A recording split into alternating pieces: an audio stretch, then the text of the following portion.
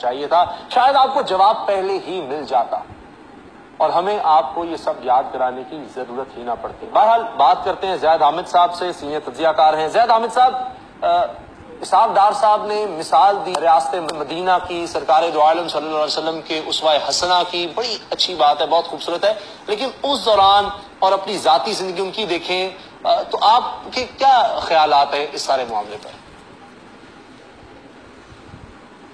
ان جیسے لوگوں کے لیے فرمایا گیا کہ وہ بات تم اپنے منہ سے کیوں نکالتے ہو جس پر تم عمل نہیں کرتے، لماذا تقولون ما لا تفعلون۔ کیا ان میں اتنی شرم ہے کہ یہ بات کرنے کے بعد کہ ہم پاکستان کو ریاست مدینہ کی مثال دینا چاہتے ہیں، یہ کہتے ہیں کہ سیدی رسول اللہ کی سنت پر ہم عمل کرنا چاہتے ہیں، اس کے بعد ان لوگوں میں اتنی شرم ہے کہ دربار نبوی پر جا کر یہ کہہ سکیں کہ سیدی ہم نے آپ کے حکم کے مطابق پاکستان کو چلایا ہے۔ اسحاق ڈار صاحب تو بہت حاضری دیتے ہیں دربار نبوی پہ، کس منہ سے جا کے حاضری دیتے ہیں؟ مجھے تو ہر دفعہ خوف یہ ہوتا ہے کہ کہیں اپنے یہ ڈسمسل نوٹس پہ سائن کروا کے نہ آ جائیں، کہیں دربار نبوی سے رد کر دیا نہ جائے۔ پاکستان جو مدینہ ثانی ہے، سیدی رسول اللہ کی اتنی بڑی امانت ان کے حوالے کی گئی تھی، انہوں نے کیا حشر کر کے اس کا رکھ دیا ہے۔ اللہ اس کے رسول سے جنگ یہ کرتے ہیں، سود اور ربا کا نظام یہ چلاتے ہیں۔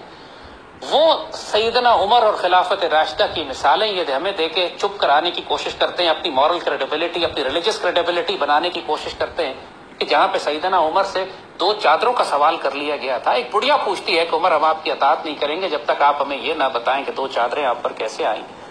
وہاں پر وزیر اعظم یہ خود بذات خود پاناما کے سکینڈلز میں، پورے ملک میں خیانت، پورے ملک میں اربوں روپے کے ان کے کاروبار، وہ مدینہ کے ریاست کے جہاں پر جب کسی گورنر کو اپوائنٹ کیا جاتا تھا تو اس کے مام کا حساب کیا جاتا تھا، اور اگر اس کی دولت میں اضافہ ہو جائے کہ جب وہ حکومت میں ہو تو ساری دولت لے کے اس کی جمع کرا دی جاتی تھی بیت المال میں۔ مثالیں تو یہ مدینہ کی دیتے ہیں، ان کے اپنے اعمال کیا ہیں؟ اس سے ہمیں خوف آتا ہے، استغفر اللہ رب العالمین، کہ یہ انجان لوگ نہیں ہیں، یہ سب کچھ جانتے ہیں کہ اللہ اس کے رسول نے حکم کیا فرمایا ہے، یہ اپنے اوپر ایک حجت مکمل کرتے ہیں، عذاب در عذاب میں اپنے آپ کو داخل کرتے ہیں، کل یہ اللہ اس کے رسول کے دربار میں کہہ نہیں سکیں گے سیدی ہمیں معلوم نہیں تھا۔ یہ تو مثالیں دے دے کر مجھے اور آپ کو سمجھاتے رہے کہ ہم تو مدینہ کی ریاست کی طرح اپنے نظارہ آپ کو ان للہ۔ حضور صلی اللہ علیہ وسلم کی مثال دینا تو اچھی بات ہے ویسے، تاکہ شاید کسی دن اس پر عمل بھی ہو سکے۔ آپ کو ایسا کب ہوتا نظر آ رہا ہے کہ اس پر عمل بھی ہو؟ عمل یہ نہیں کریں گے، کر سکتے نہیں، ان کی حقیقت، ان کی اصلیت جو ہے قرآن پاک نے بتائی ہوئی ہے، الہاکم التکاثر حتی زرتم المقابر، غفلت میں رکھا تم کو کثرت کی ہوس نے، حتیٰ کہ تم اپنی قبروں میں دفن ہو گئے جا کے۔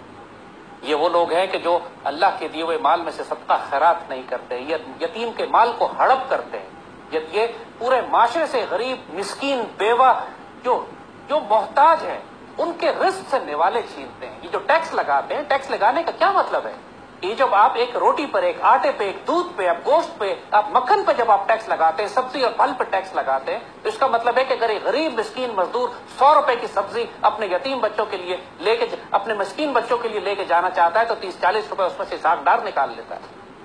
مجھے بتائیے کون سی اسلامی ریاست میں یہ جائز ہے؟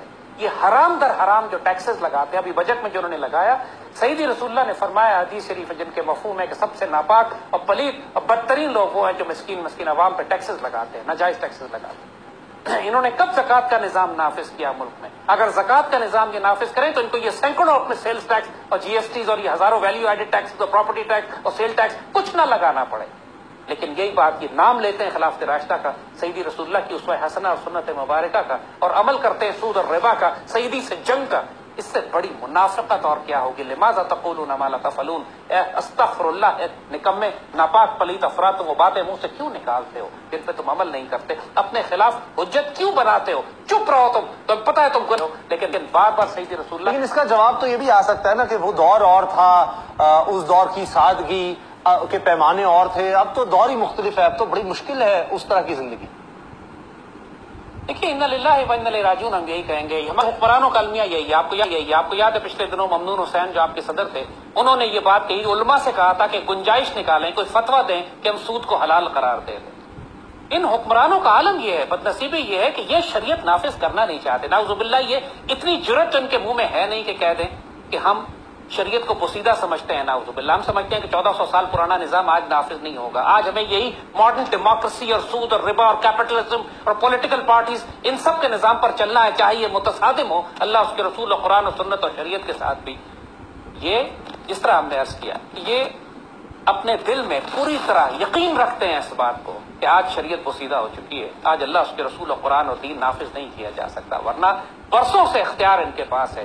یہ بار بار اپنے آپ کو کہتے ہیں کہ 2018 کے بعد شیر ایک بار پھر، لیکن بات یہ ہے کہ کیا ان کو اندازہ ہے کہ کتنی بڑی حجت یہ اپنے اوپر دیتے ہیں؟ کہ ان کو سب کو یقین ہے کہ آخرت نہیں آئے گی، ان سب کو یقین ہے کہ دوزخ جنت کا حساب کتاب نہیں ہوگا، ان سب کو یقین ہے کہ انہوں نے اللہ کے حضور پیش ہو کے اپنے مال کا حساب نہیں دینا. وہاں کوئی پناما کی GITs نہیں ہوں گی، وہاں دربار نبوی ہوگا، وہاں پہ اللہ سبحانہ تعالیٰ کا دربار لگا ہوگا، وہاں پہ ملائکہ ان کے ہاتھ اور زبان ان کے وجود بولے گا، گواہیاں دے گا ان کے خلاف. وہ کاغذات اور وہ قطری خط جو یہ چھپا چھپا کے جھوٹ بنا کے پیش کرتے رہے، وہاں پہ تو سب ان کے سامنے گواہیاں ہوں گی. تو انسان سوچتا ہے کہ کیا انسان کو خوف نہیں ہے اس بات کا کہ پوری جہان کائنات اور ملائکہ کے سامنے، انبیاء کے سامنے، سید رسول اللہ کے سامنے تمہیں رسوا کیا جائے گا وہاں؟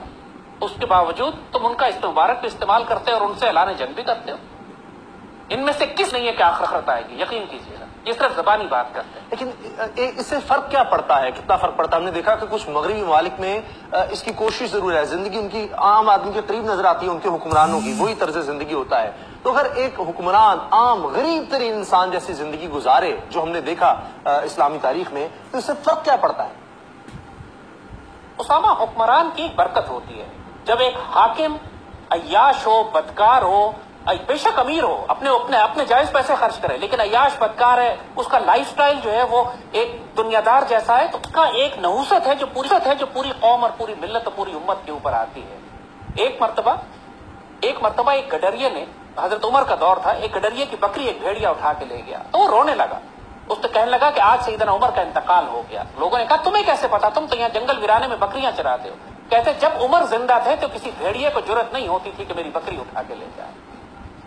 ایک نیک، ایک صاحب عدل حکمران کی یہ برکت پوری قوم میں آتی ہے. جب قائد اعظم ہمارے امیر تھے نا، جب ہمارے قائد اعظم گورنر جنرل تھے، ہمارے صدر تھے، ہمارے حکمران تھے، وہ جو اپنی 1 روپے تنخواہ لیتے تھے، 1.5 روپے کا موزہ نہیں پہنتے تھے کہ غریب ملک کے سربراہ کو زیب نہیں دیتا کہ وہ اتنے مہنگا جراب استعمال کرے. تو اس وقت ٹکٹ چیکر جو ٹرین میں ٹکٹ چیک کیا کرتا تھا، اس کا عالم یہ تھا کہ جو بغیر ٹکٹ اس کو غریب، یتیم، مسکین، مہاجر نظر آتے تھے، وہ ان کا ٹکٹ اپنی جیب سے بھرتا تھا. یہ کہتا تھا کہ پیسے تو پاکستان کو ضرور جانے چاہیے ورنہ ریلویز کیسے چلے گی، لیکن میں آپ سے نہیں اپنی جیب سے پیسے دوں گا. پھر اس وقت جب گورنر جنرل ایسا ہو تو ٹکٹ چیکر کی ایمان ایسا ہوتا ہے.